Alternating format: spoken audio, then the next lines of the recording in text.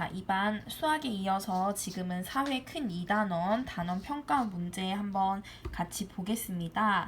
자, 개항하기 직전 시기에 조선의 배와 달리 특이한 모양을 한 서양의 배들이 막 등장을 해서 조선 사람들한테 좀 위화감과 불편함을 조성했다고 했지요. 자, 이 모양은 특이한 모양을 한 서양의 배라고 해서 이양선이라고 합니다. 기억나나요? 자, 두 번째, 흥선대원군의 개혁 정책으로 알맞은 것을 고릅시다. 흥선대원군은 누구의 아버지지? 그렇지, 조선의 26대 왕 고종의 아버지인데요. 고종이 어린 나이에 즉위를 하자 아버지가 대신 개혁을 하게 됐는데, 흥선대원군 고종이 집권하기 이전에 우리 조선이 무슨 정치? 세도 정치로 백성들이 많이 힘든 시기였어요. 세도 정치다 보니까 한 가문이 권력을 독점하지요. 그래서 흥선대원군이 한 걸 간단하게 얘기해 보면, 기존의 양반들이 가지고 있던 벼슬도 내놔 하고, 그치, 양반들이 가지고 있던 권력이나 그런 부당한 세금 수령하는 것들을 다 정리를 하면서 백성들한테 힘을 얻게 됐었는데, 다만 아쉬웠던 점이 경복궁 중건을 하면서 농민들이나 백성들한테도 또 아쉬움을 얻었다라고 했어요. 자, 인재를 고루 등용하려고 했지요. 그 다음에 서원을 정리하면서 양반들의 그런 부당하고 부정부패한 세금 수령이나 이런 걸 막으려고 했습니다. 토지 개혁까지는 흥선대원군이 신경을 써주지 못했고 천주교 인정 안 했죠. 그리고 외국과 수교도 반대해서 무슨 비석을 세우자고 했지? 무슨 비석을? 척화비를 세웠죠. 그래서 알맞은 것은 1, 2번입니다. 3번, 자, 병인양요라고 하면 1866년에 일어난 사건인데요. 자, 병인양요는 누가? 프랑스와 싸운 건데, 강화도에서. 왜? 병인 박해 때문에 싸우게 된 겁니다. 병인 박해가 뭐냐 하면 프랑스 신부들을 프랑스 신부, 즉 천주교 신부와 교도들을 박해를 하고 죽였다라는 건데요. 천주교는 조선에서 환영받지 못했죠. 물론 평민들을 중심으로 이렇게 양반들도 있었겠지만 점점 퍼져나갔지만 부녀자를 중심으로 이게 제사를 거부하고, 그 다음에 하느님 아래 인간은 모두 평등하다라고 해서 왕에 대한 그런 계급을 부정하는 거였기 때문에 조선에서는 환영받지 못했습니다. 그래서 천주교도와 신부들을 박해를 처형을 했는데, 그거를 빌미로 프랑스 사람을 죽였으니까 프랑스에서 화가 나서 강화도로 들어왔죠. 그래서 싸웠죠. 그리고 나가면서 외교장각에 있던 우리 문화재를 많이 가져갔는데, 자, 보기를 볼게요. 흥선대원군이 척화비를 세웠다. 이거는 언제? 병인양요 그리고 신미양요 이후, 두 양요 이후에 얘네랑 친해지면 안 되겠다라고 해서 세운 거고요. 미국 상선을 불태워 침몰시킨 건 어느 사건의 원인이 되지? 신미양요의 원인이 됩니다. 세도 정치로 인해 농민이 봉기한 건 병인양요가 일어나기 전, 세도 정치는 1800에서 1863년대 이때 이 얘기고요.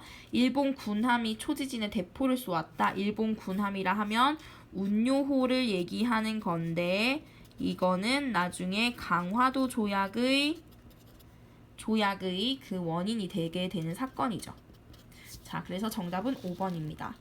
자, 여기서 나옵니다. 일본 군함이 초지진에 대포를 쏜 운요호 사건을 빌미로 우리가 맺게 된 최초의 근대적 조약은 무슨 조약이죠? 강화도 조약이죠.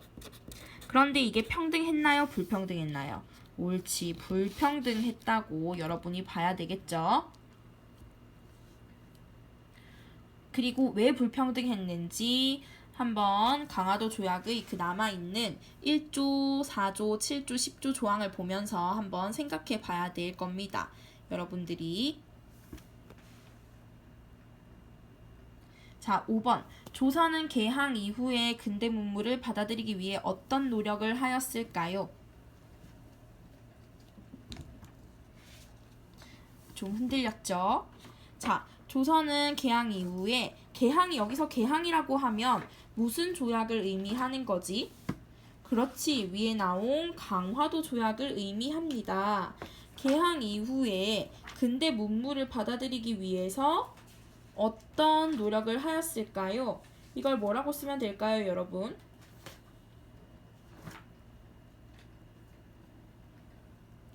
자, 교과서 62쪽을 보면 참고해서 쓸 수 있는데, 먼저 일본과 일본 청의 사절단을 파견해서 유학생을 보내서 무기, 제조술, 근대적 제도를 배우려고 하였다. 그러면서 별기군을 창설했다 이렇게 다 얘기를 해도 괜찮겠습니다. 근대 문물을 받아들이기 위해서 일단 일본과 청의 사절단을 파견했고요. 자, 6번. 그러면서 갑신정변 1884년에 일어나는 건데요. 지금 이거는 보기를 보면서 볼게요. 90군인에 의해 일어난 정변은 90군인 하면 무슨 사건이지? 이모군란입니다. 2년 전에 일어난 이모군란이고 이때 90군인들이 여러 급한 개혁 정책과 신식군대 별기군에 대한 차별을 반대하면서 일어난 정변이기 때문에 그때 당시 개혁을 추진했던 명성황후한테 화가 많이 돌아갔다고 했죠. 그래서 궁궐을 막 침입하고 일본인 교관도 살해하고 그러면서 명성황후가 친정까지 도망갔다고 죽었다고 공포를 한 이후에 잠재우고 나서 다시 돌아오고 나라에서 제압을 못하니까 청나라 군대를 불러서 제압을 하게 되면서 청나라가 나중엔 이모군란의 책임을 물어서 흥선대원군을 인질로 잡아가고 막 이런 사건들이 얘기했었죠. 그 결과는 결과적으로 청나라의 간섭이 심해졌다는 거예요. 왜냐하면 우리가 청나라 군대한테서 힘을 빌어서 사건을 제압을 했으니까 청나라가 우리나라 정치에 간섭하는 게 심해졌고요. 갑신정변 볼게요. 지금 2번 박영효, 서광범, 서재필 등이 주도하였다. 맞습니다. 이 사람들이 바로 밑에 나오는 급진개화파인데요. 청의 힘을 빌린 게 아니라 누구의? 일본의 힘을 빌렸습니다. 일본. 그러면 봅시다. 5번. 일본의 힘을 빌려서 정변을 일으켰는데 일본에 대한 조공 폐지 주장했을까요? 그치. 아니겠지요. 그리고 신분제도 폐지 등과 같은 정책을 발표하였다. 신분제도 폐지는 저기 뒤에 갑오개혁에서 나오는 얘기죠. 신분제는 폐지를 얘기하는 게 힘들었어요. 조선시대 때는. 신분제 폐지 얘기는 힘들었어요.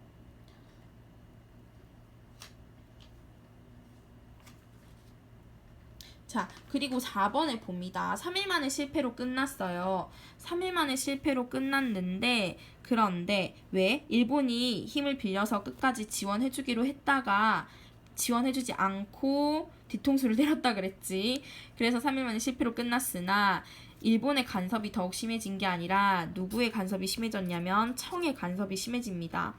왜냐하면 일본은 도와준다 해놓고 사건을 일으키게 해놓고는 안 도와줬지. 그래서 나라에서 이 갑신정변을 또 잠재우기 위해서 청나라 군대가 들어오게 되거든요. 그러면서 결과적으로는 이모군란이나 갑신정변의 결과로 청나라가 우리나라의 정치에 간섭하는 게 더 심해졌다고 볼 수 있어요. 자, 옳은 것을 고르라고 했기 때문에 정답을 2번으로 고르면 되겠습니다.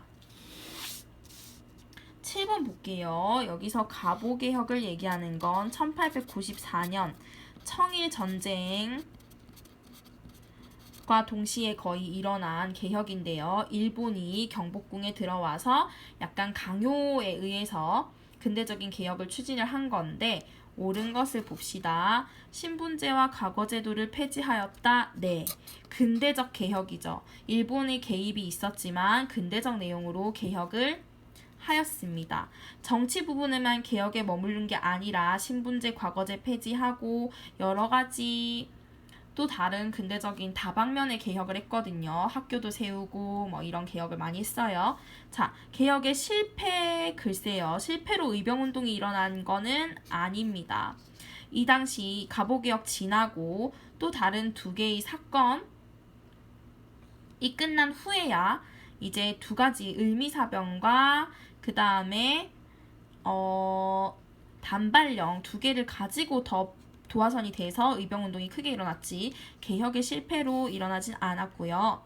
낡은 제도를 바꾸기에 백성들이 스스로 추진한 개혁이 아니고 정부에서, 나라에서 일본의 그런 개입을 좀 받아서 추진한 개혁이고 세금을 쌀이나 배로 내는 대동법을 실시한 것은 이거는 언제? 임진왜란, 병자호란 이후에 실시를 한 것이죠. 대동법은. 정답은 1번이고요. 8번. 자, 봅니다. 청일전쟁 1894. 이때 같이 갑오개혁도 일어났고요. 네모랑 단발령 이거를 지나서 항일 의병 운동이 일어났다고 했어요. 여기서 얘기하는 건 을미의병인데요. 자, 선생님이 어떤 조선의 국모까지 시해를 해놓고 그 다음에 단발령 부모한테서 받은 내 머리카락 상투까지 자르라고 하니까 화가 많이 나서 의병이 일어났다고 했는데 그럼 여기 들어갈 사건은 뭘까요? 자, 명성황후가 일본 군인들한테 처참하게 시해당한 그 사건이 바로 을미사변이죠. 일본이 왜 명성황후를 시해했을까? 이모군란이나 갑신정변 때는 계속 일본이 아닌 청나라한테 도움을 우리가 요청을 했죠. 그런데 청일전쟁에서 누가 이겼나요? 일본이 이겼죠. 일본이 이기면서 청나라한테 더 이상 도움을 요청하지 못하게 되니까 이제 명성황후나 고종이 어디로 눈을 돌리게 돼요? 우리 청나라 중국 말고 일본 말고 우리 위에 있는 북쪽에 있는 나라 어디지? 그렇지. 러시아의 도움을 자꾸 청하려고 하는 모습에 이제 일본이 참다가 조선을 자기 일본이랑 합병하는데 좀 걸림돌이 되겠다 싶어서 시해를 했죠. 이 사건입니다. 자, 여기서 갑신정변은 1884년이고 갑오개혁은 청일전쟁과 같이 일어났고 독립협회와 고종의 러시아 공사관 피신은 1896년으로 항일의병운동, 을미운동, 을미의병 이후에 일어난 사건이에요. 그러니까 3번. 자, 9번 볼게요. 나라 지원을 받아서 독립신문 창간한 사람. 독립신문, 독립협회, 독립문까지 누구? 서재필이죠. 고종은 왕이고요. 김옥규는 갑신정변 일으킨 급진개합하고요. 전봉주는 무슨 운동을 주도했나요? 그렇지. 동학, 농민운동을 주도했죠. 최익현은 누구인가요? 개항을 반대했던 학자이자 나중에 의병장까지 했던 사람입니다. 10번 보면은 우리나라가 근대적 자주 독립 국가임을 세계에 알리기 위해 고종이 한 일로 근대적 자주 독립 국가임을 알리기 위해 왕이 한 일이에요. 창덕궁이 아니라 그때 경운궁으로 거기를 러시아 공사관에서 경운궁으로 돌아온 후에 그 다음에 창덕궁에서 즉위식 올린 게 아니라 황구단에서 올렸죠. 그리고 만민공동회를 열어 러시아 내정 간섭을 비판한 건 독립협회가 한 일이고요. 갑오개혁을 실시해서 근대적 국가의 기틀을 마련하고자 하였다. 이거는 갑오개혁은 일본의 영향을 많이 받았고 얘네를 제치고 그 다음에 가장 알맞은 것으로 보면 나라 이름을 대한제국으로 바꾸었다입니다. 그래서 본인이 고종 황제의 즉위를 하는 거죠. 11번. 근대 문물의 수용으로 변화된 생활 모습이 아닌 것은 자, 전자 들어가는 거 다 근대 문물의 수용이고요. 서양식 과자 먹었겠죠. 초가집이 유행할까요? 근대죠. 그렇기 때문에 아닌 것으로 골라주면 되겠습니다. 자, 12번부터 20번까지는 뒷 영상에서 함께 할게요.